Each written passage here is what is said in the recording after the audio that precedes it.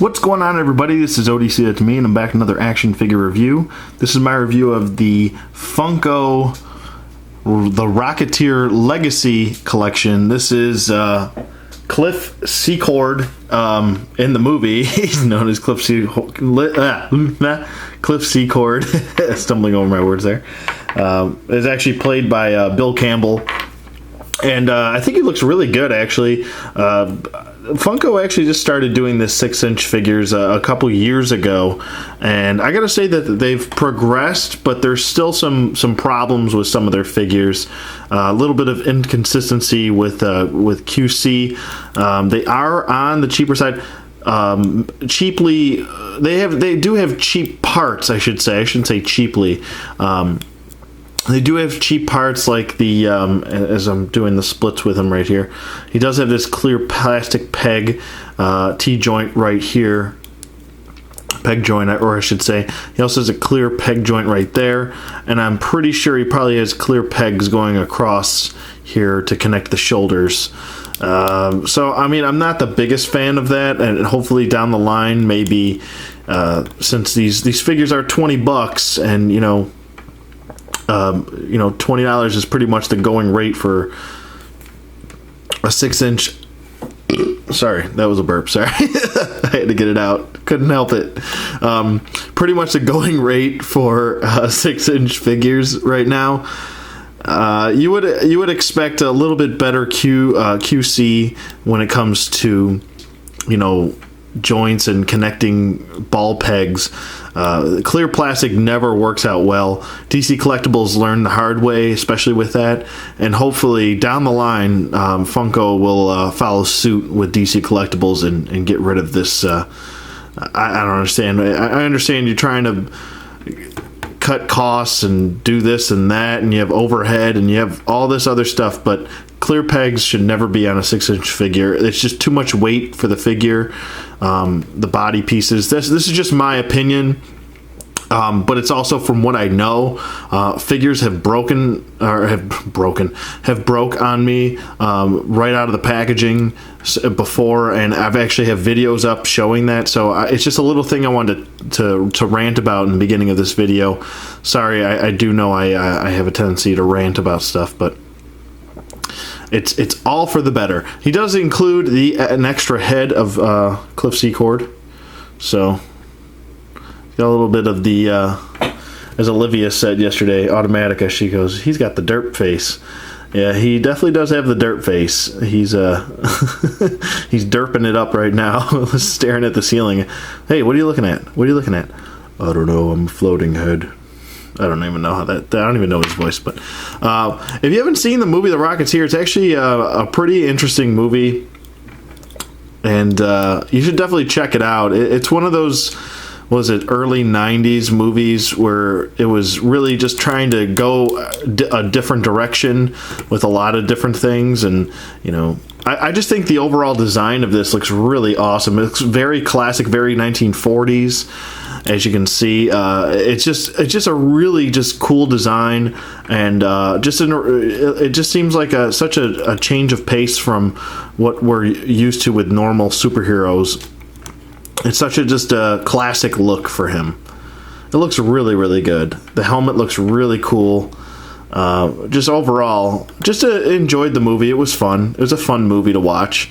Some people say it's boring. I don't understand. I mean, I know there's parts in it that make the movie seem a little bit slow, but I enjoy the movie, to be honest with you. The extra head just has a ball peg, and like I said, be very careful when you're removing. Oops, I'm knocking stuff over, as I always do in all my reviews. Like I said, he's got a clear peg right here, so just be careful when you're taking this off. You want to maybe not do what I just did and heat this up. Instead, just run it under some hot water, and it'll probably work better for you. But the head, you really do have to put a lot of pressure in to get the head in. Like, there you go. There he is without his Rocketeer helmet on. Yeah, the face could definitely be a lot better. I don't think it has a very good likeness to Bill Campbell, but I guess they're doing the best they can, I guess, for him. I don't know. The body also looks a little bit awkward, and I think it's just in an awkward position just because it's kind of like he's poking out right here. He's like sticking his butt out a little bit. I don't know. Maybe it's just me, but it makes him look a little bit bloated, I would say. This big chest piece right here. I guess you could call this the vest piece right here. But it does make him look a little bit bloated, and then he kind of has a smaller, or like a skinny neck with a larger head. So it throws off a little bit of his look, so I just kind of prefer him without this head, and just kind of, you know, you want the Rocketeer head on, because it just, I mean, it's nice to have this, but I'm definitely not going to display him without the helmet on. I just think it looks way better, and I'm sure most of you out there would agree. It looks much better. He also includes his pistol right here, and the rocket, which is actually on his back permanently. You can't take it off, and it is not articulated or anything like that. As far as his articulation goes, his head does swivel side to side. It has a really good range of motion. I wish the head could go a little bit further. Maybe Funko in the future will give us a hinge joint there, kind of like a Marvel Legends style hinge joint there, so you can get the head all the way back. You can still get him into a pretty decent flying pose, like so. But yeah, I mean, I guess he has pretty decent range of motion from what I was expecting. I wasn't expecting much. This is him looking all the way down. We got some, no, oh yeah, we got some job turkeys up in here. Okay, enough of that. He does have the head tilt as well. His arms go up about that far. Not the best range of motion with the arms. Goes down, and he does do a full 360 rotation. Does a single bend at the elbow, a wrist swivel, or elbow swivel as well. His arms can actually hyperextend, which looks really nasty. Ugh, I don't like seeing that. He does have a wrist swivel, and he does have a wrist hinge. It is in there. You can see it. It's right there. Just be careful with these hinges and stuff. You know, these Funko figures. They're new to all this articulation, so they're kind of trying to. I guess there's a little bit of a gapping issue. I wouldn't put too much pressure on this leg joint, because as you can see, that thing wants to move around right there. He does have the legs do go forward about that far. They do go back a little bit, and they can do the splits pretty well. Upper thigh swivel, double jointed knees. He does have an ankle hinge, and he does have an ankle pivot, like a very nice Marvel Legends ankle pivot. So he's got pretty good articulation. I would just be careful with his joints. Like when you're moving his leg, make sure you push this leg up and into the joint, and then push it out. Just this way, you're not pulling down on this leg. See how it's kind of moving a little bit like that? Yeah, you just want to be careful with these joints. I'm just trying to show you the best way possible to keep your figure from breaking as long as possible.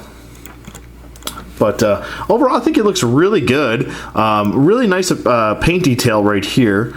He's got some shading going on throughout the arms. Let me just get in there. Some black shading going throughout the arms on each side, and no shading on the helmet though. Backpack, the jetpack looks pretty good. Even took the time to paint the little rivets or screws on the back of the exhaust ports, I guess you can call it that. Looks good. I think the jetpack looks pretty good. And then we have, let me just pan out a little bit here. We do have some sculpting on the boot right there. Some more sculpting over here. A little bit of a paint shading going throughout the legs too. All throughout the legs into the boot, actually. There's actually a lighter brown mixed in with this darker brown. I think it looks pretty good. It really does look pretty cool. Definitely going to have fun displaying this with the rest of my movie figures over here. Right, actually, they're right next to me as I do my review. But sorry, I got stuff in the way. But yeah, I mean, is this definitely? I paid $19.99 for this, and I got it free 2-day shipping, Prime shipping through Amazon. So you could definitely find him on Amazon for around $20. I know Amazon prices do fluctuate day to day, so if you're patient, you could probably find one for around the same price, $19.99. I think it's worth that. Overall, would I recommend this figure? Sure, I would recommend this figure. I mean, if you're a fan of the movie.